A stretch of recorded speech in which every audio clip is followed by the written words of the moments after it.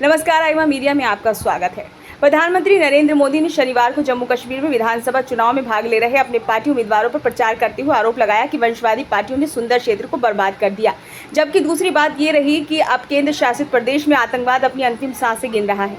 सबसे पहले प्रधानमंत्री के इस आरोप के बारे में कि जम्मू कश्मीर जैसे सुरम्य क्षेत्र को वंशवादी पार्टियों ने बर्बाद कर दिया। ये सच है कि चुनाव के वक्त ऐसे आरोप लगाए जाते हैं जिनमें पूरी सच्चाई नहीं होती, किंतु प्रधानमंत्री ने जो आरोप शनिवार को लगाया उसे वो प्राय दोहराते रहते हैं।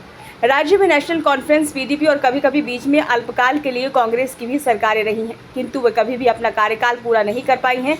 ये भी देखा गया है कि राज्य में कांग्रेस की किसी भी सरकार ने ना तो किसी तरह राजनीतिक सक्रियता दिखाई और ना तो उनका कोई भी कार्य ऐसा रहा जिसके बारे में कहा जाए कि उन्होंने राज्य के हितों में समझौता किया है। लेकिन नेशनल कॉन्फ्रेंस की 3 पीढ़ियों और पीडीपी की 2 पीढ़ियों की सरकारों के बारे में जम्मू कश्मीर की जनता भी मानती है कि उन्होंने पार्टी और परिवार के लिए राज्य के हितों के साथ समझौते करने में कोई संकोच नहीं किया।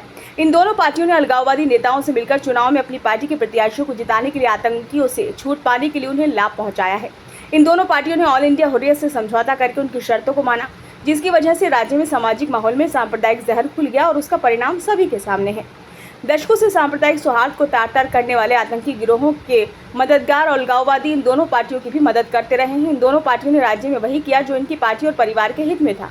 इसलिए जम्मू कश्मीर की जनता को वो लाभ कभी भी नहीं मिल पाए जो केंद्र सरकार की नीतियों के तहत अन्य राज्यों को मिलते रहे। प्रधानमंत्री पद खत्म होने के बावजूद इन दोनों पार्टियों के मुख्यमंत्री खुद को प्रधानमंत्री ही मानते रहे और यही कारण है कि राज्य में अलगाववादी मानसिकता उपजी और प्रबल होती गई। इसके लिए कांग्रेस की केंद्र सरकारें भी जिम्मेदार हैं, जिनकी वजह से राज्य में अनुच्छेद 370 और 35A के औचित्य को हमेशा सही मानने के लिए तरह तरह के तर्क गढ़े जाते रहे।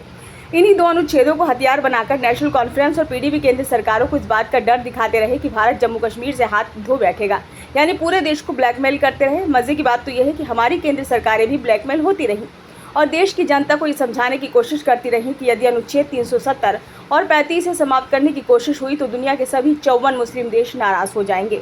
केंद्र सरकार को नेशनल कॉन्फ्रेंस व पीडीपी द्वारा ब्लैकमेल किया जाना व देश की जनता को कांग्रेस सरकारों द्वारा भ्रमित करने का सारा खेल 5 अगस्त 2019 को खत्म हो गया। इसलिए प्रधानमंत्री जब नेशनल कॉन्फ्रेंस और पीडीपी को जम्मू कश्मीर की बर्बादी के लिए जिम्मेदार ठहराते हैं तो विश्वास करना स्वाभाविक हो ही जाता है। बहरहाल, जहां तक प्रधानमंत्री ने राज्य में आतंकवाद के अंतिम सांसें गिनने की बात कही है तो ये सही है कि पहले जैसा माहौल अब जम्मू कश्मीर में नहीं है, क्योंकि अलगाववादियों व उग्रवादियों को मिलने वाले वित्तीय स्रोत पर केंद्र सरकार ने ताला जड़ दिया। अब राज्य में विदेशों से मिलने वाले धन पर रोक से पत्थरबाजी तो रुकी ही, स्थानीय युवकों को राज्य से गायब करके फौज पर आरोप लगाने की प्रवृत्ति भी खत्म हो गई है। आज की तारीख हिंसा की जितनी घटनाएं जम्मू कश्मीर में हो रही हैं, यदि उनकी समीक्षा की जाए तो देश के दूसरे राज्यों की तुलना में ज़्यादा नहीं है, किंतु जम्मू कश्मीर की हिंसा पड़ोसी देश द्वारा अपनी रणनीति के तहत फैलाई जा रही है, इसलिए उसकी तुलना अन्य राज्यों की हिंसा से नहीं की जा सकती। कुल मिलाकर प्रधानमंत्री नरेंद्र मोदी ने राज्य की वास्तविकता पर जो कुछ भी कहा है वो निश्चित रूप से सही और सटीक है।